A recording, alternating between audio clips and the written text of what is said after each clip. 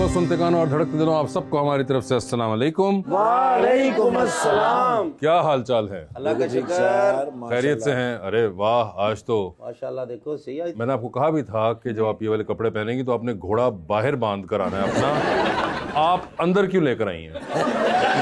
क्योंकि उन्होंने कहा कि सब जानवर इकट्ठे ही हो रहे हैं तो अच्छा है। भाई पढ़े लिखे हैं वासे भाई। इंजीनियरिंग की थी। अच्छा जी। इंजीनियरिंग करके ते इंटरव्यू देने गए ने तो अफसर कहता आप क्या कर लेते हैं? अब कहते जी मैं प्रेशर कुकर और रबड़ भी पा लेना। चिड़ियाघर गए हैं तो हाथी नाल मुतकल आए खलोते ने कहंदे ओए घट खाया कर मोटापा अच्छा नहीं हुंदा। आज माशाल्लाह देखो ਇਹੋ ਜਿਹਾ ਕੋਡ ਪਾ ਕੇ ਨਾ ਬੰਦਾ ਮਹੱਲੇ ਦੇ ਵਿੱਚ 100 ਰੁਪਏ ਬੱਚਿਆਂ ਕੋਲ ਲੈ ਕੇ ਡਰਾਉਣੀਆਂ ਫਿਲਮਾਂ ਸੁਣਾਉਂਦਾ है। लीजिए बुलाते हैं अपने आज की मेहमान को, खास तौर पे कराची तशरीफ लाई हैं सिंगर एंड सॉन्ग राइटर मोहतरमा नताशा बे।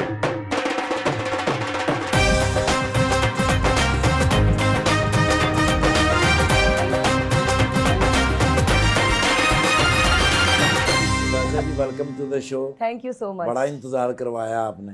मैं हमेशा एक शेर कहता हूँ जी, लेकिन आज शेर नहीं है, मेरी शिकायत है। ओके करें शिकायत।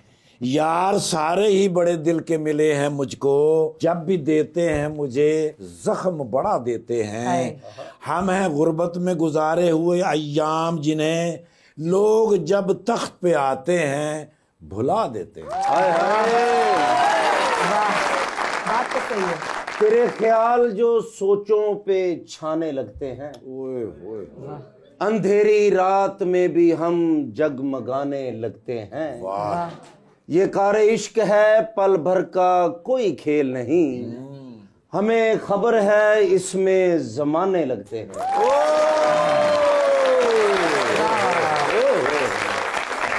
नताशा क्या हाल है आपके? मैं बिल्कुल ठीक हूँ। आप कैसे? हुंजा से आपका ताल्लुक हुंजा है, से आपकी ताल्लुक फैमिली है। को प्लीज बुरशस्की में पहले इनसे ये तो पूछिए कि क्या हाल है आपके, ताकि मैं आइडिया तो हो कि कैसी साउंड करती है। बिहार बिला शुभाबाना। हाँ जी बिल्कुल सही, अल्हम्दुलिल्लाह। आप आराम खैरियत से? बिला।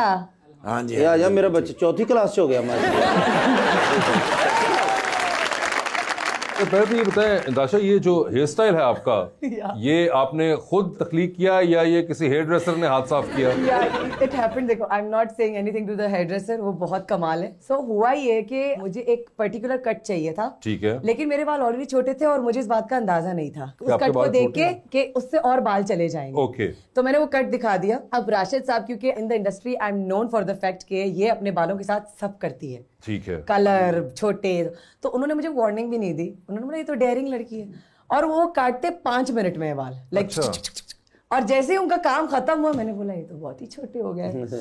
अब मैंने चलो ठीक है चलाएंगे। लेकिन ये कलर भी किया है। कलर था मेरा ऑलरेडी था, मैंने अंडर कलर करवाया था लाइक। अच्छा, और बालों ये के क्या नीचे। कहते हैं इस कलर को? I don't know, under colour may be. I am giving it a name. I don't, मतलब कलर का नाम ही अंडर कलर है? I because it comes under my, मतलब नीचे वाली लेयर पे आता है ना। मगर ये बड़ा लगता है कि इस पे बड़ी मेहनत हुई हुई है ये। हाँ ब्लीच है, इट्स ब्लीच। मगर सारा इंज लगता कि इथों सड़क सही है, आगे स्मोक शुरू हो गई।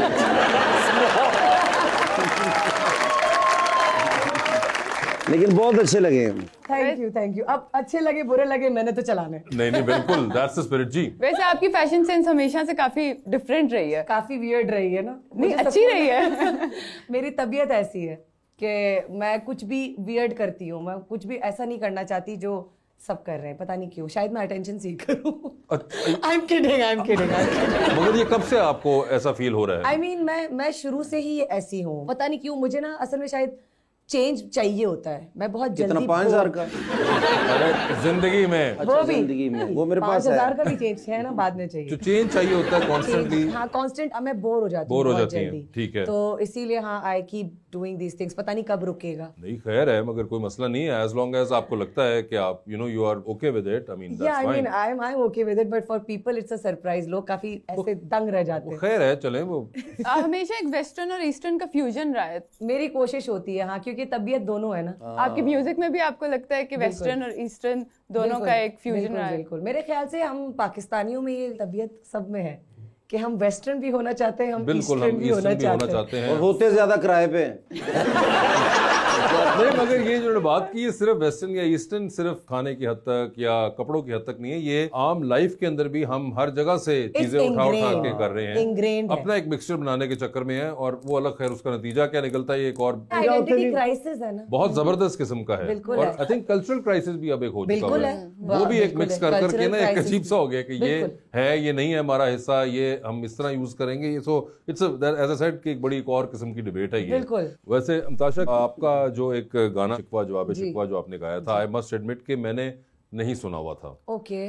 और इंटरेस्टिंग बात यह है कि मैं पिछले साल हुंजा गया, तो वहाँ पे एक कैफ़े का मुझे नाम नहीं भी याद आ रहा, वहाँ पे हम खाना खा रहे थे, तो मैं 2-3 दिन उधर गया कैफ़े में, और वो बिल्कुल पहाड़ों के दरमियान में है वो। वहाँ पे वो जो लोकल वहाँ पे जिनका कैफ़े होगा, वो बॉयज़ जो थे वो बड़ा ऊंचा ऊंचा ये सुन रहे थे। How sweet. अच्छा, मुझे नहीं पता था, आयरॉनिकली मैंने गाना ये वाली वर्जन सुनी नहीं हुई थी, somehow I missed it। Okay. तो मैं उनके पास गया, मैंने उनसे कहा कि ये जो आप सुन रहे हैं, मुझे समझ तो आ गई कि शिकवा जवाब शिकवा, तो मैंने कहा ये किसने गाया हुआ है, कहाँ का है? तो उन्होंने मुझे बताया कि जी कोक स्टूडियो में है और ये उसका था। मैंने कहा अच्छा। Then when I came back to Lahore, मैंने उसको ढूंढा और फिर मैंने पूरा सुनने का मौका मिला, और समहाउ जब भी वो गाना बजता है तो वो मुझे somehow it transports me to that place. मेरी मेमोरी है ही वो। लेकिन कितने इत्तेफाक की बात है कि आपकी मेमोरी मेरे ही इलाके अच्छा, हाँ, से मुझे अब बाद में पता चला कि वो गाना आपने गाया हुआ है, and now it make sense कि वो लड़के इतने शौक से क्यों सुन रहे थे, और वो गाया बड़ा जबरदस्त हुआ इन्होंने, क्योंकि वो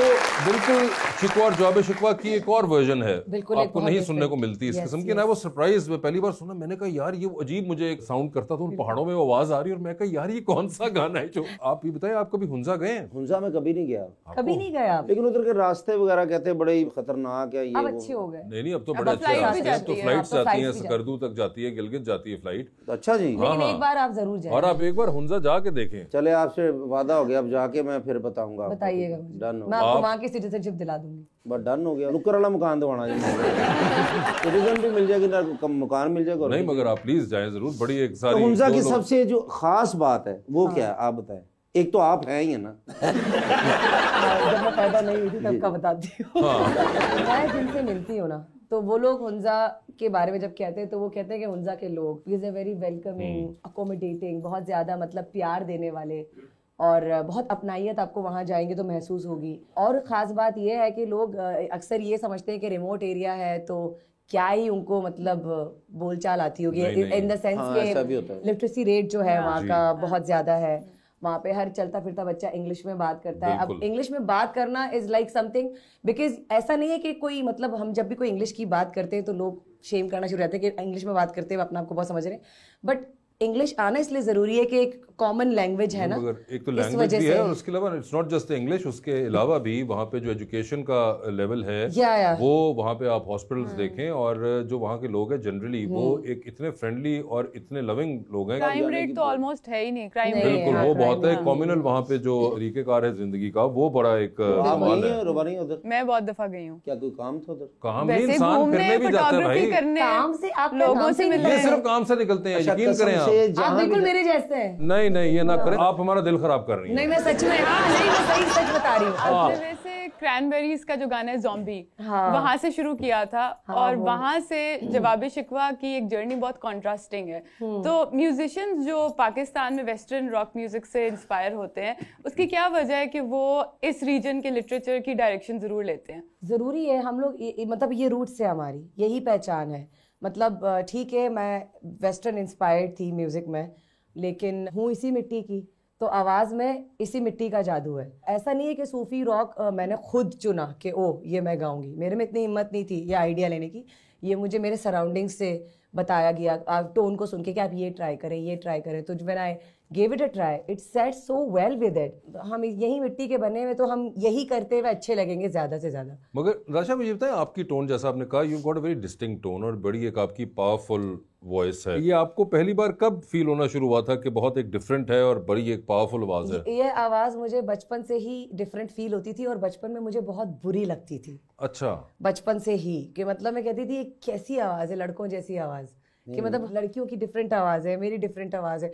और जो म्यूजिक हम सुन रहे थे उस टाइम पे, लता जी, अलका जी, तो कहाँ से बंदा सोच सकता था कि सिंगर बन सकते हैं। मेरा म्यूजिक एक्सपोजर इतना बड़ा नहीं था उस टाइम। तो मतलब यानी कि जो चीज मुझे बुरी लगती थी, मुझे नहीं पता था कि कल को वही चीज मेरी स्ट्रेंथ बन जाएगी। और मेरे आसपास लोगों ने मुझे बोलना शुरू कर दिया। मैं जब शायद मैं सुर में शुरू से थी, उसका भी मुझे अंदाजा नहीं था, लेकिन हम ऐसे ही गुनगुना देते थे तो फिर लोग कहते थे ओ इसका टोन बहुत अच्छा।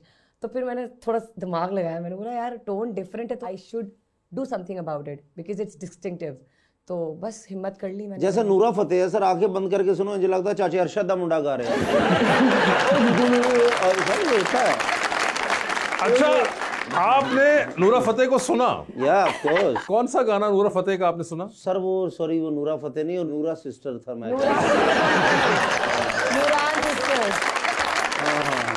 सर नूरा फतेह परफॉर्म कर रही हूँ जी जी, और नूरा सिस्टर गा रही हूँ जी, तो मैं देखता रहता। वाह वाह वाह, क्या इन्होंने कॉम्बो बनाया इन्होंने।